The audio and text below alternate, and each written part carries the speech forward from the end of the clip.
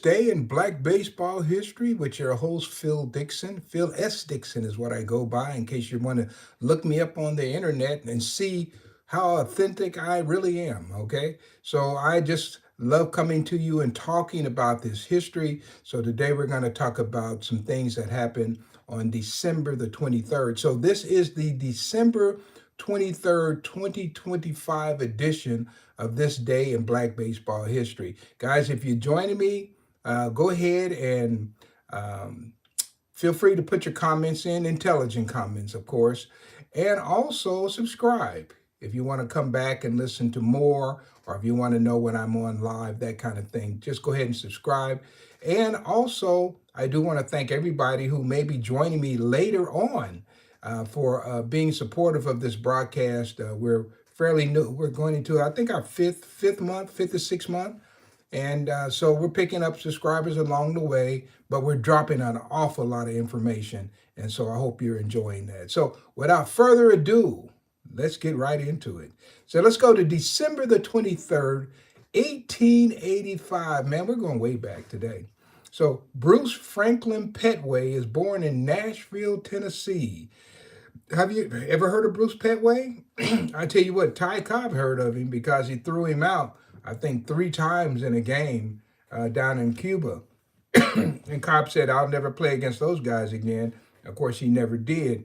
But they had the distinction of throwing him out, and it was Bruce Petway, who played for a number of good teams, mainly with the Chicago American Giants, played with the Philadelphia Giants, and he broke into baseball in 1905 with the Chicago Leland Giants. And I want to say big-time baseball because he was already playing, but he ended up coming and joining Frank Leland's team with his brother. He had a brother named Howard, and Howard was a pitcher, and of course Bruce was a catcher, and they formed a brother battery with the Chicago Leland Giants. So Frank Leland's an important person. He gave a lot of people really good opportunities. When I think of the people who provided opportunities that were in abundance of other people, you got to think about Frank Leland because he also introduced Rube Foster through his team into the West, and also Bruce Petway and others. Bruce Petway, prior to coming to Chicago, he played in a little town called Cairo, Illinois. Now, some people call it Cairo, Illinois, and however you want to describe it. But this town is an interesting town. I went through this town several times on my way going down to Fisk University. My son attended Fisk University. If you want to take a shortcut through Missouri, you can take the shortcut that will take you right through Cairo, wherever you want to call it.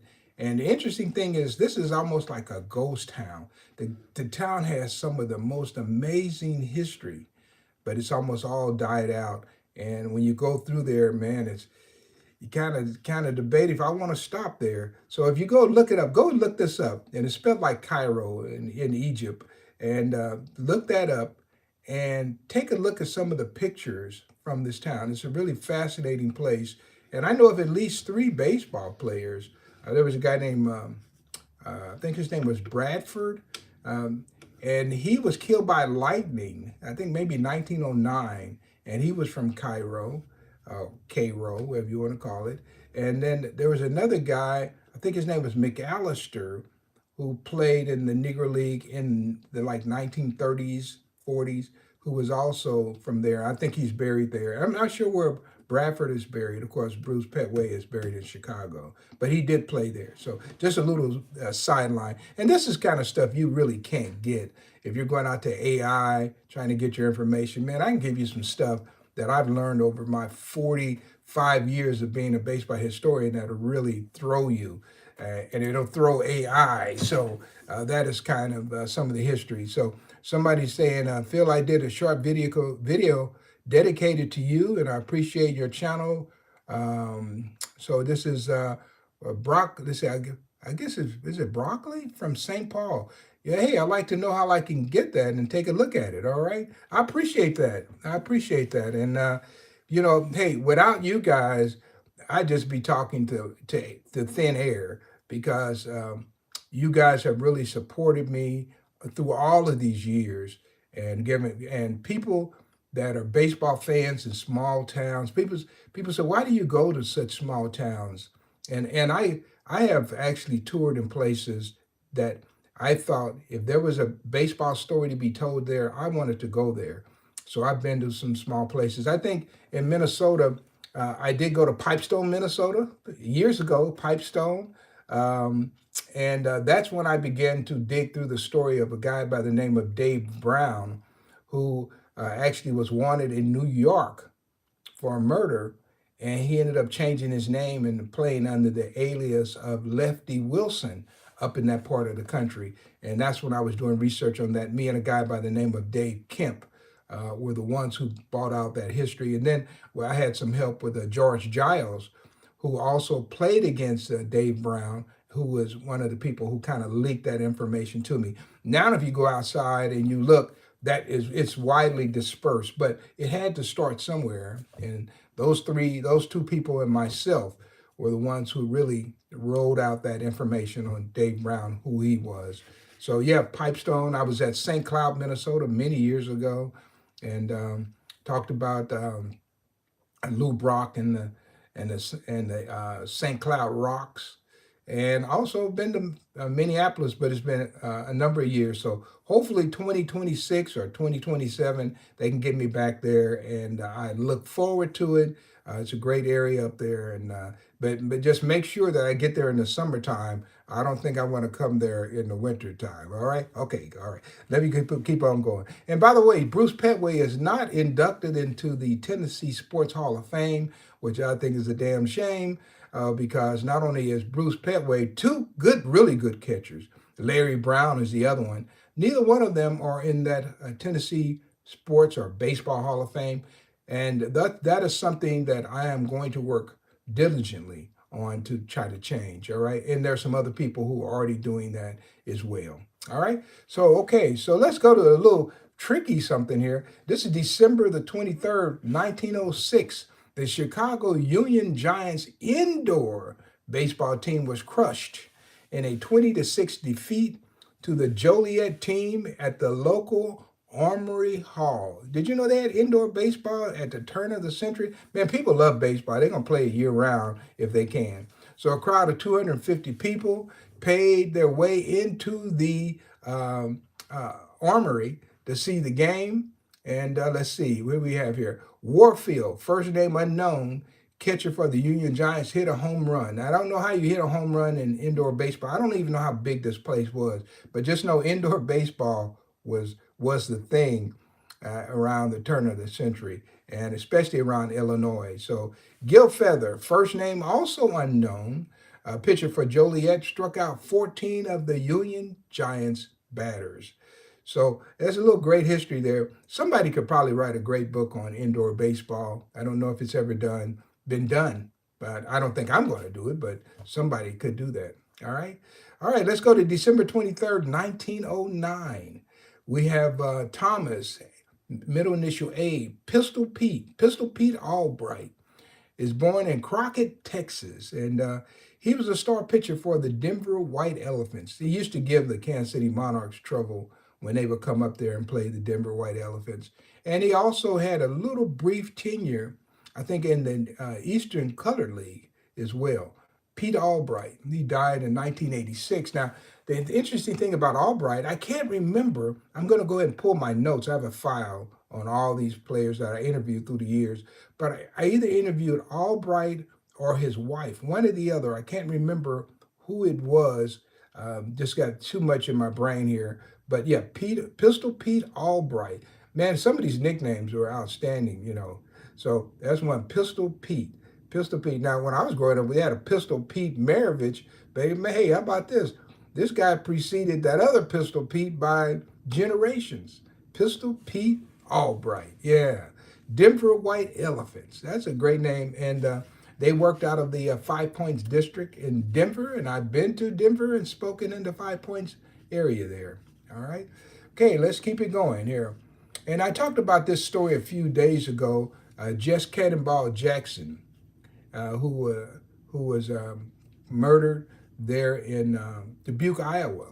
So this is a follow-up to that story. So December 23rd, 1924, Frank Johnson, age 32, a heavyweight boxer, was sentenced to 8 years in the Fort Madison Penitentiary, when he pleaded guilty to manslaughter for the killing of Jess Cannonball Jackson, who died from a fractured skull a week before during an argument there in Dubuque, Iowa.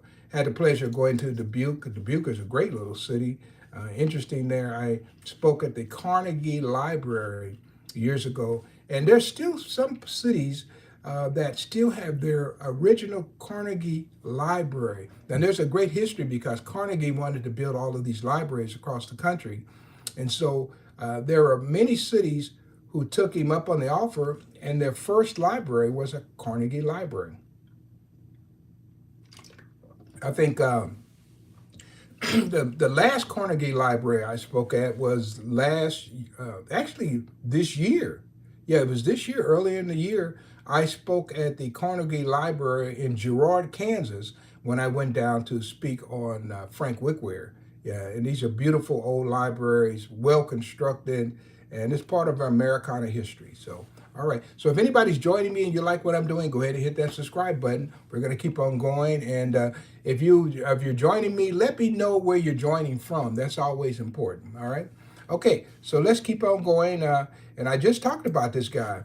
So how about this one? December 23rd, 1934. Pitching as a battery of Satchel Paige and Larry Brown, I just mentioned his name, for the Royal Giants. Philadelphia Royal Giants is what they call themselves. Paige struck out 13 of the white all-star batters and tossed a 4-hitter. And Turkey Stearns, you probably heard of that guy, he's in Cooperstown. And Wild Bill Wright, who was just a sensational baseball/football player, hit home runs in the wind at Los Angeles, California. And Turkey is the only player up to 1933 that I knew that had hit a home run out over the right field stands in Hamtramck Stadium. And Hamtramck has been, rededicated, and they've rebuilt the entire stadium. I was there a couple years ago at Hamtramck, but the first guy to hit a home run over that right field, and it must have been really deep, was Turkey Stearns. Yeah, Turkey Stearns is a great home run hitter. And I remember the author John Way Hallway interviewing him, and Hallway talked about this. When he interviewed Turkey Stearns, he asked him, he said, you hit a lot of home runs. How many home runs do you think you hit? And Turkey said, I have no idea, because he said, I only counted them if they won ball games. Yeah, that's a great way to keep home run statistics, because let me put it this way. I used to do statistics for Major League Baseball. And when I worked as assistant director of public relations for the Kansas City Royals, when there was an actual game, one of my jobs was to sit at the computer and log in the game. I had to put who came into the game, plays, and all this. I would log it into the computer. And I can tell you, I saw many guys hit home runs and build up great numbers. But those numbers really didn't amount to anything because they didn't win ball games. Sometimes the team would be trailing by a bunch of points, and you hit a home run. Okay, you got a home run, and it adds to your own legacy, but it didn't help the team win at all. Turkey Stearns had a great way of looking at it. He said, I only count my home runs if they win ball games. I thought that's pretty slick. All right, let's see. We got a couple other stories. December 23rd, 1940. My throat's getting scratchy right now. Fire ruined the grandstands at the American Giants Park, located at 39th and Shields Avenue in Chicago. The damage was estimated at $8,000, of course, according to owner Horace G. Hall. But he said it will not stop the team from rebuilding. And a similar 1930 fire had destroyed parts of Mack Field in Detroit, too. So these were the old wooden grandstands, and they could destroy a park. So a little bit of history. Okay, now I have one more, and since I'm struggling here, I'm glad it's down to one. Let me get a drink here, try to finish this up. Again, I want to thank you for joining. And sorry for the scratchy throat this morning, but we're going to get it done. We have one more fact. And if you like what I'm doing, guys, I always say this, go ahead and subscribe so you know when I'm on and you know when I put out new broadcasts and you can come back and listen to it. We're going to do this this day in Black baseball history for about 1 year. And then I'm going to branch out to some really interesting things. But I want to do this for a year because I think that it's important that this history be chronicled. Okay? So I'm doing everything I can to make this last fact. Okay? One more drink of water and we'll see if we can make it through. All right. Here we go. December 23rd, 1943, Major League outfielder David Lafrance May is born in Newcastle, Delaware. So this guy was a great player in the Orioles organization. And as a minor leaguer, he won 2 batting titles with .379 average and a .368, which is a pretty good average in the minor leagues. But he couldn't break into the lineup or the Orioles because they had such a powerful team. And of course, he played center field. And you know who was in center field for the Orioles back in the 60s? A guy by the name of Paul Blair, and out of Oklahoma. So same thing happened with Don, I think it was either Don Buford or Don Baylor. They were many players who were just got kind of buried in the Oriole organization because the major league team was top heavy and they had good talent below, but the guys at the top weren't leaving. So Dave May was one of the people who got caught up in that. And he later struggled with diabetes and cancer before passing away in 2012 at the age of 68.